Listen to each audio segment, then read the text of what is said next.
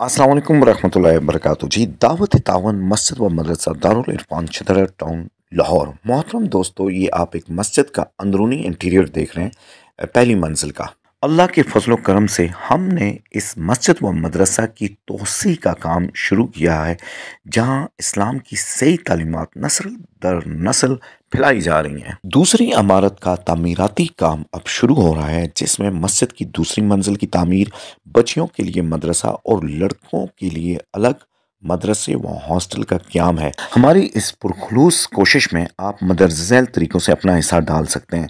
नक रकम की सूरत में, सिमट की बोरी की सूरत में, जो एक से लेके जितना भी साहिब तौफीक हो, ईंटों की सूरत में, रेत की सूरत में, मस्जिद के दरवाजे और खिड़कियों की सूरत में, इसके अलावा मस्जिद की टाइल और मार्बल की सूरत में। ये मदरसा सिर्फ एक इमारत ही नहीं बल्कि एक इल्मी व रूहानी मरकज़ है, जहाँ से पहले कई हाफ़िज़ कुरान बच्चों को बेहतरीन अंदाज में दर्स व तदरीस की दीनी व दुनियावी फ़िक्र के साथ उनको तैयार किया गया है। इसलिए आएँ और इस कार खैर में हमारे साथ मिलकर इस सिलसिले को आगे बढ़ाएं।